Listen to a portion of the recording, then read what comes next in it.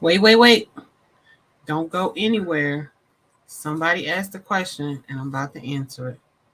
So Wait. let's go.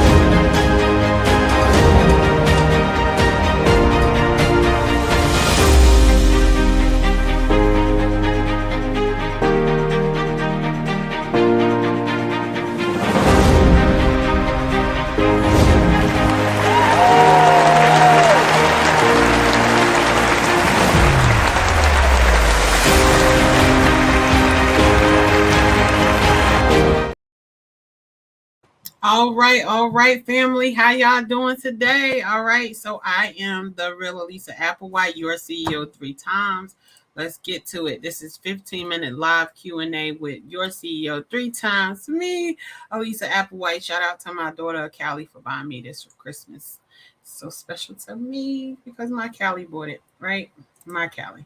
Y'all don't know I have 5 children, but my Callie bought this for me. So thank you, Callie. All right, so let's get to it. Why do I go live Monday through Friday? Wait a minute. We're not going to get to it. Let me put the clock on. Let me put the clock on because if the clock is correct, at 12:18, I should be done and wrapped up to go. All right. So let's do that. There we go. Clock is on. All right. Why do I go live Monday through Friday, y'all? It's simple. People keep calling me, texting me, emailing me, DM me, asking me questions. And we are adding questions from the course. I'm so excited. We're adding questions from the course. So we get to answer, we dibble in a little bit of questions that people ask from the course. They ask a lot of questions and we're giving them a lot of details. So get to answer them live. I'm so excited. So, this is why I go live because you keep asking me questions. I'm here every day at 12 o'clock on all platforms, y'all. Officially, I look professional on Instagram because StreamYard has now partnered with Instagram so we can stream seamlessly.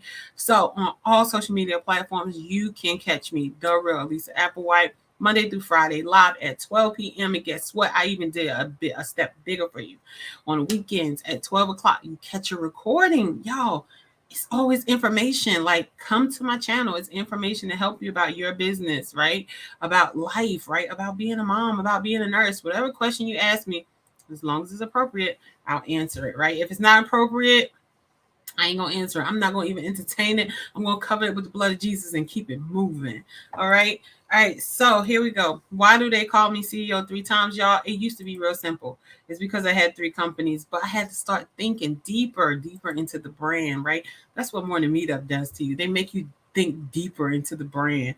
So literally, we are all CEOs in our lives. Every day, we are CEO at least 3 times, right? So you're bossing yourself. You are ruling yourself. You are a CEO in yourself, right? 1, you are CEO in your kids and your community, right? Your family, your friends. That's 2, right? You're CEO in people. And then 3, if you work for somebody or if you have your own business, you are bossing it, right? You're still ruling over it all. So everybody is a CEO at least 3 times in their life. Y'all get with it, all right? So you're a CEO. You don't even know it, right? I just told you. So start calling yourself CEO 3 times because you are a CEO. You bossing it. You making moves. You making strides to change your life every day, right? And that's all CEOs do.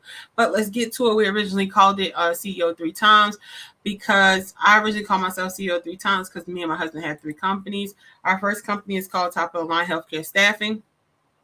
I had to breathe. This is where we staff medical professionals in hospitals, doctors' offices, and nursing homes. Then we have TOTLHS Heart to Go Inc. This is our nonprofit. This is the one that takes care of our medical professionals, right? Then we have the real Alisa Applewhite Consulting. This is our consulting company that literally has brought you da da da da. Oh, that's our da da da da. Questions and Answers Live with your CEO 3 times me, the real Alisa Applewhite. We also teach everyday people like you how to build a healthcare staffing agency from scratch. We also teach medical professionals how to be the best medical professional they could be. We have partnered with hospitals and nursing homes to show them how to retain their staff and to change the culture in their buildings. Y'all, we go out to schools to talk to people, teenagers. We go to middle schools to encourage them on starting a business and about learning about their credit now. We also do speaks. So me and my husband, we speak. We have a book. We do so much. We have a podcast. Like, we do so much with this consulting company. So I'm so excited about it. I'm so excited about its growth. All right. So January is coming. It's coming quick. January will be the celebration month for me because my birthday's in January. I'm just saying some really important people like Michelle Obama was born in January. And I think Oprah Winfrey too. Wait a minute. I think so. Okay. So I'm so excited about January, and we're doing our challenge in January. So it's going to be so exciting. We're doing our challenge. So get prepared to do the challenge, y'all. So all the people that keep contacting me, Alisa, you still doing the course? You still doing the course? Guess what? We're gonna do the challenge, and the challenge is gonna lead to the course. But you got to go through the challenge, right? Not taking anybody else unless they go through the challenge, because this is a lot. This is a lot. All right, so let's get to it, y'all. We're gonna make sure we stay on track. We got 10 minutes on the clock. I'm doing pretty good. So the question for today is: what should your policies and procedures contain in a healthcare staffing agency? Y'all starting to ask some really, really specific questions that y'all should be paying for in the course. But I said I'll answer it, so I'll answer it because I'm a woman. I'm a word. All right, let me get some water. That literally took 2 seconds off the clock. What should your policies and procedure contain in a healthcare staffing agency? I'm going to give you 3 things on what I think your policies and procedures should contain when you are building a healthcare staffing agency. Let's see what we put. All right, the discrimination clause, right? This is so important. So most of the time when you go to, let me put this camera down because that's like covering up Callie's chain that she bought me. I want her to be proud. You bought that girl at 9-year-old, 9-year-old. Yeah, you 9. I be forgetting. I got 5 kids, y'all. I be forgetting the ages. So the discrimination clause. The discrimination clause literally says that you will not discriminate against race, against which is ethnicity, which is the same, against status, as far as are they disabled or are they not disabled, against Callie in the background. Say, hey, Callie, how are you? If you're going to walk through, you got to say hello. Against sex, female, male, non-gender, gender neutral. What else? What is it? Sex, age, right? So older people, young people. We said disability, veteran status, if they're a veteran, if not, right? So that is what the discrimination clause is. And when you have a healthcare staffing agencies, depending on whatever state you operate in, I believe we talked about this yesterday. In North Carolina, one of the things that you got to have in your policies procedure is a discrimination clause. The Department of Health and Human Services in North Carolina requires you to have that particular clause inside of your contract. Inside your policies and procedures in order to even start operating in the state of North Carolina. So the discrimination clause is a small clause that says, I will not discriminate against anybody, period. I don't care what they are. As long as they are a human being, I will not discriminate them. Now, this does not mean for dogs, animals, and stuff like that, but I wouldn't discriminate against them either because they just got so much love for you, right? Sometimes your pets love you way more than people. I'm just saying, y'all, I get it. I don't have any pets because I got 5 kids, and I just know that the pet will be lonely if it comes to the house. I'll be trying to explain it to the kids. It'll be lonely because nobody's here, right? So always be lonely. But literally, you don't discriminate against anybody. That is a clause that has to be in your policies and procedures. It might be the same thing for other states. We only staff in New York, New Jersey, and North Carolina. And it's in our clauses for all of those 3 states, but the discrimination clause has to be in your policies and procedures in order to even start a healthcare staffing agency. Okay, so let's put it there.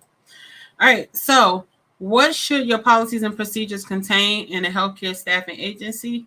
So the HIPAA clause, this is so important, right? The HIPAA clause literally says that whatever information I obtain from the patient, whatever information I obtain from the client, whatever information that I obtain from the staffing agency that concerns the patient's information, I will not go out and say it to the world.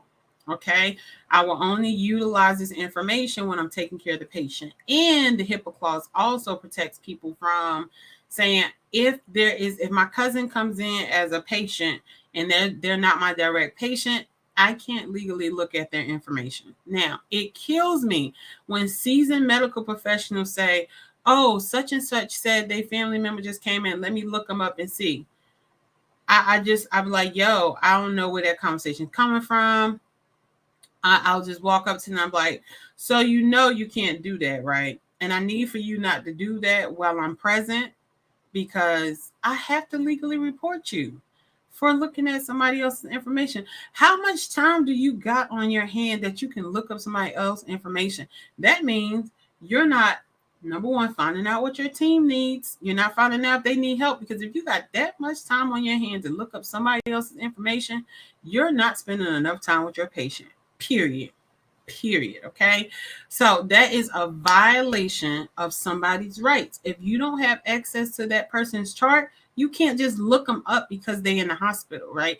If my husband's in the hospital, I can't just look him up because he's in a hospital or a nursing home. I have to have permission to access his chart. I have to get permission from him. I got to get permission as far as I'm being working on his team. So y'all be careful. The friends that y'all be around in nursing and healthcare, that be like, oh, such and such came to the hospital, let me look them up. Because what they don't know is when you look up that person, they have a compliance team that literally looks at, in hospitals and nursing homes, they have a compliance team that literally looks at the timestamp that people looked in. So when you log in, they give you a login information. They audit these quite frequently, and they have a timestamp of when you went into this thing, right? And the reason why they have a timestamp, because they have been sued so much for people saying, oh, my information was tapped into, this is private information. So the hospitals and the nursing homes got really smart. Guess what? You look at this chart, now your username is time-stamped in this chart. And we're going to call everybody who got a timestamp in this chart if they wasn't on the treatment team. So you have this section called the treatment team, and it literally says, I am assigned to this particular patient. And if you are not on that assigned patient list, but you looked into that patient's chart, now you can either lose your job, the hospital can find you. Y'all, oh my God, they could sue you for violating somebody's information because you're putting them up for a lawsuit. So this is what I'm saying to you. You got to be careful on this stuff. Like, I don't even say be careful. I just say don't do it. If you are a medical professional, you have this much time to look up somebody you're not taking care of, I promise you the patients that you're taking care of are lacking something. They're lacking your attention. They're lacking to be changed, to be bathed, right? So mind your business and just go take care of your patient, right? If that person wants you to know what they're in there for, guess what? They'll call you if they're your friend, right? And if they're not your friend, why you even in their chart anyway? People deserve privacy. Period, right? Regardless if they're your neighbor or not, people deserve privacy. But I'm just letting you know, especially you new medical professionals that's coming up in this world, when y'all see these old medical professionals looking up, oh, let me check and see this such and such come. If they don't have access, they have now digitally signed their name to that chart, and they are liable for anything that happens in that chart as far as violating that person's privacy. And HIPAA do not play. Their violations start at like $25,000 to $50,000 per violation. It's just crazy. Like, so hospitals ain't got time to be paying that amount of money because you want to take a look at somebody's chart. That's my pet peeve, y'all. Let me get back over here. I got 2 minutes. I'm telling you, this right here, just mind your business. Just mind your business. That's all you gotta do. Mind your business and take care of your patients. All right. So let's get to the next one. Because it's 2 minutes left. That's my thing right there. All right. What should your policies contain in a healthcare staffing agency? Requirements for your employees. Your policy should literally contain what you require your staff to do. What I require you to do, where I require you to go, where I require you to report to, how you clock in, how you clock out. These are your vacation days. These are your pay schedule days. That's what your policies procedures should contain, right? It should contain your employees, the requirements for your employees, how your employees going to work, all of the clauses that protect you, but all of the clauses that protect your employee as well. If you're working on the floor, you have to literally wear rubber sole shoes. Have that in your policy, just in case anything happens, right? So this is what your policy should contain. All right, we got 1 minute and 54 seconds. I'm gonna do this. So let's recap all of it. What should your policies and procedures contain in a healthcare staffing agency? 1, the discrimination clause. 2, the HIPAA clause, which we talked a lot about. And 3, requirements for your employees. All right, y'all. So as always, I want to end it with follow me on all social media platforms, right? So the real Alisa Applewhite, again, that's the real Alisa Applewhite. Follow me on all social media platforms, yo. I gave this advice yesterday. Subscribe to my YouTube channel now, and I got 1 subscriber while I was live, so I was just like so ecstatic. And then I got 1 this morning. I'm so happy for the subscribers, so thank you. So if you haven't subscribed to my YouTube channel, go now. My Instagram people, Pavu Babu 2. Go Morales, Tyrone Mastone. Make sure you go and Hanley 1483. Go and Wealthy Henry. Wealthy Henry. You must be wealthy because that's a great name, right?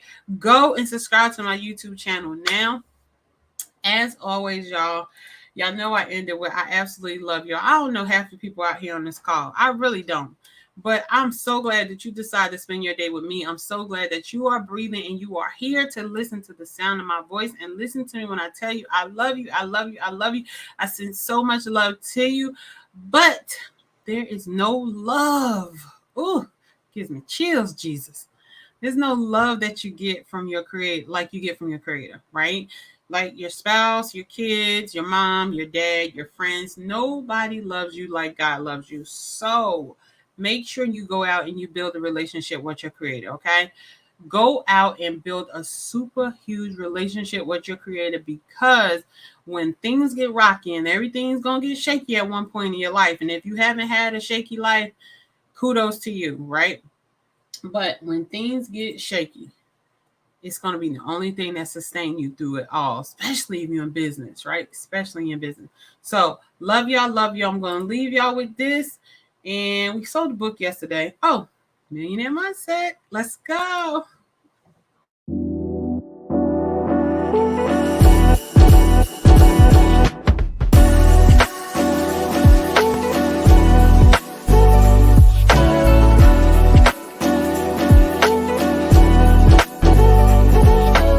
Alisa Applewhite, your CEO 3 times. This is going to be a millionaire mindset. Tip number 1, your new friends' conversation should make your old friends uncomfortable or intrigued.